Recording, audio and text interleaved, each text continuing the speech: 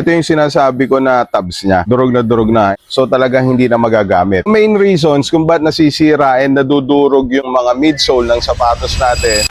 What is good, Soul Fam? Meron naman tayo bagong project. Ito, napakaganda. Louis Vuitton trainers in gold fabric. So, ang nangyari dito is nadurog na yung buong midsole niya. Tsaka itong part na to, may tabs yan eh. So, parang may plastic siya na cover. In time, talagang nag-expire din yon. So, nag-expire na yon. Pati yung loob niya, nag-crumble na. Also this one. So, what we did here was we replaced itong buong midsole niya. We replaced it with our own foam. Pati yung hulma niya, kung mapapansin nyo. Exact na exact yan. Tapos, ni-retain natin yung carbon.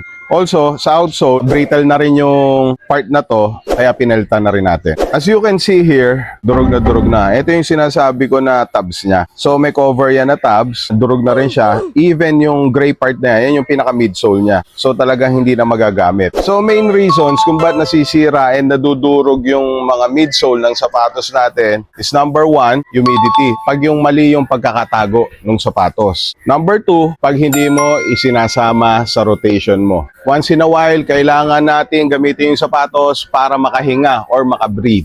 And of course, yung pangatlo, syempre, yung age ng shoes. Kung matagal na, 3 to 5 years, expect na natin talaga mag-expire material. So if you want these kinds of restoration projects, lalo na sa mga love nyo na mga branded na footwear, just visit us here. So gay. Pagod mong sapatos, we revive that. Lahat mo mapigat, we rewind that.